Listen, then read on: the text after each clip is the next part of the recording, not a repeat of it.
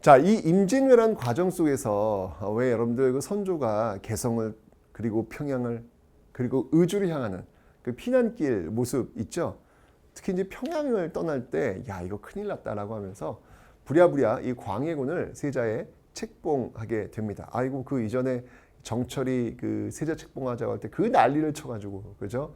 정철이와 이 서인들이 그냥 다 날아가는 어떤 그런 모습도 있었잖아요, 그죠? 예. 그러면서 이제 또 동인당이 다시 북인과 남인으로 나뉘게 된다 뭐 그런 얘기 말씀드렸잖아요.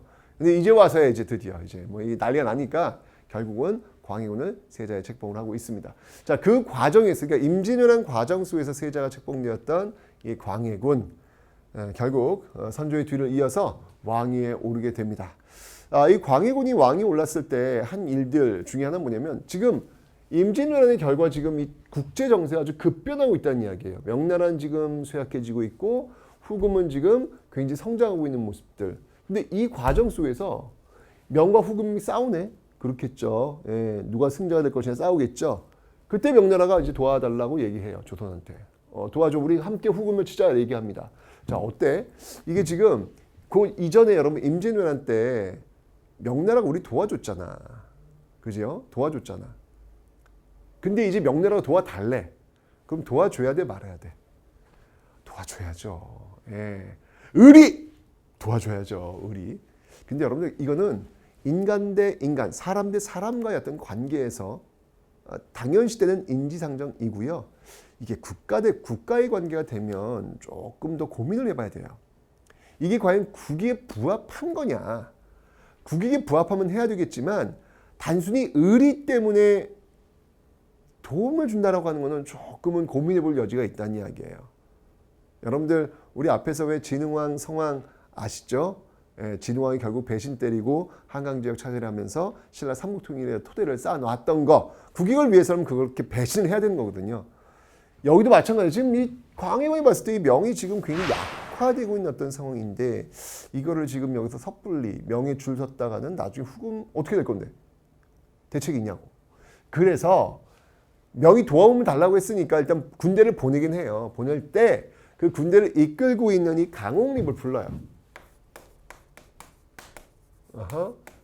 강홍립을 불러서 적당히 한번 그 때를 좀 살펴보라고 이야기합니다.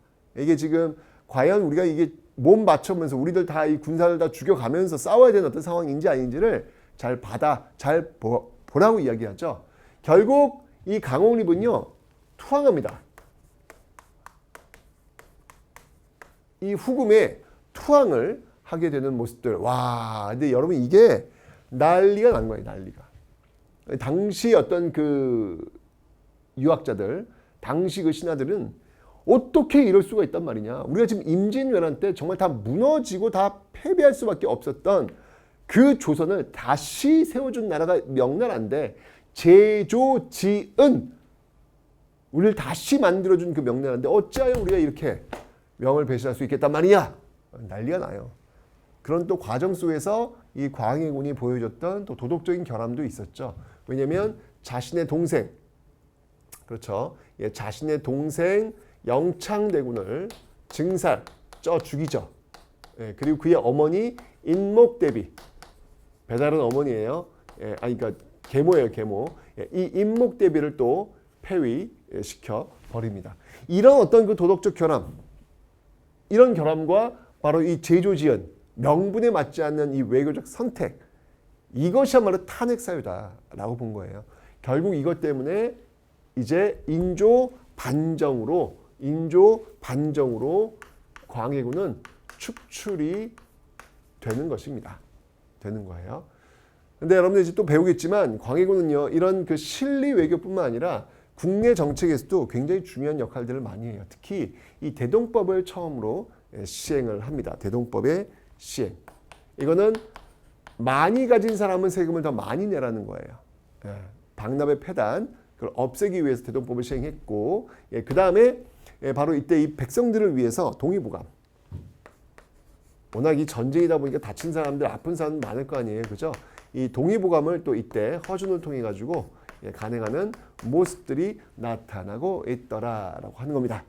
자, 이때 이 광해군의 어떤 모습들이었지만 결국은 이제 물러나면서 인조 반정이 벌어지고 있더라라는 겁니다. 자, 이 인조 반정 때 이 광해군을 쫓아냈던 그 집권 세력은요, 바로 서인입니다. 서인. 네. 그러니까 그 정철과 함께 무너졌던 정철의 어떤 광해군 세자 책봉으로 무너졌잖아요. 그죠? 그럼 쫓겨났단 말이에요. 근데 전쟁 터지면서 이 광해군과 함께 움직였던 당은 북인당이에요. 북인당.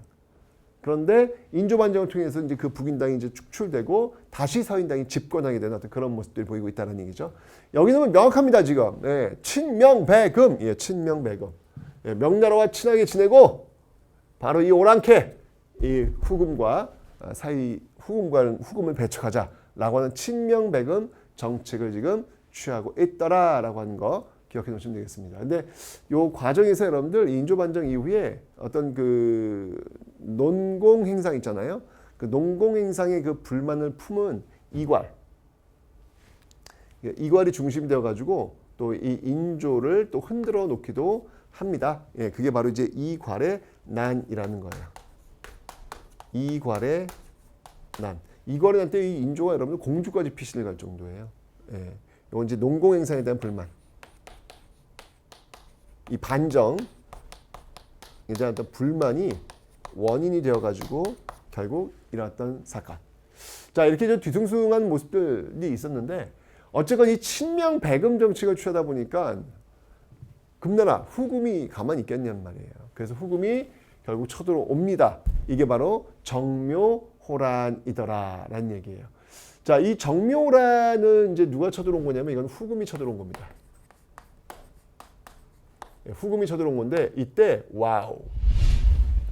이 임금 인조가 어디로 피신을 가냐면 강화도로 피난을 갈 정도예요. 강화도.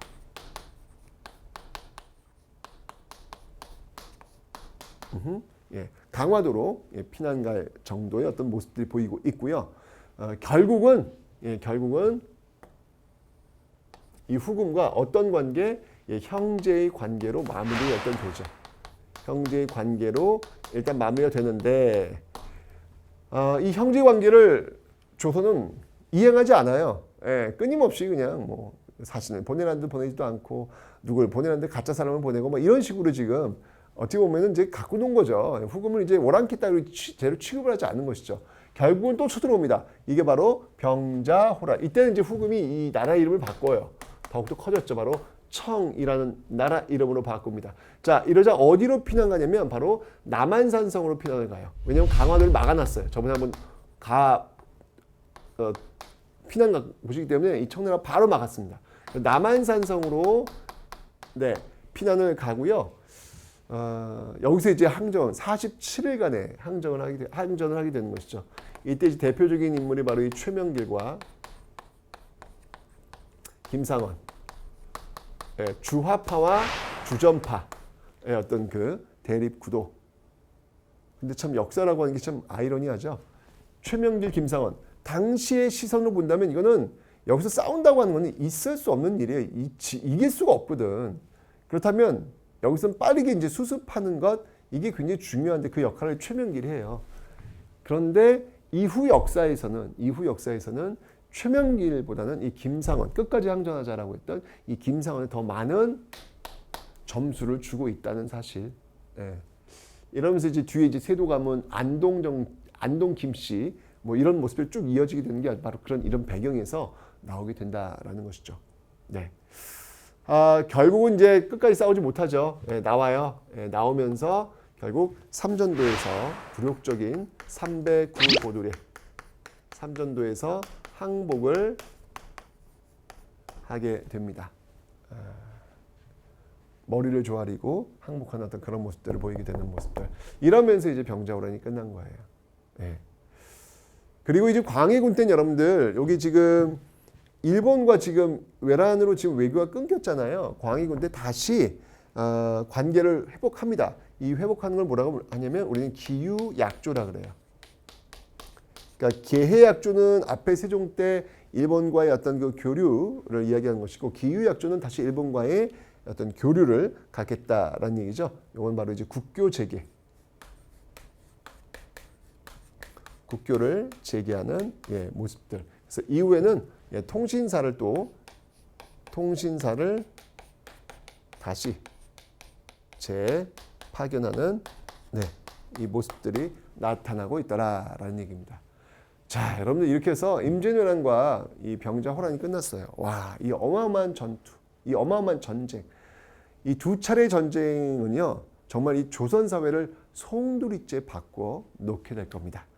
정말 이 두 전쟁 이전 사회와 이 두 전쟁 이후 사회는 완전히 달라지는 모습을 여러분들 보이시게 될 거예요. 전쟁은 바로 그런 거거든요. 자, 어떤 모습이 어떻게 변화하게 될지 그 내용들 이후에 살펴보도록 하겠습니다.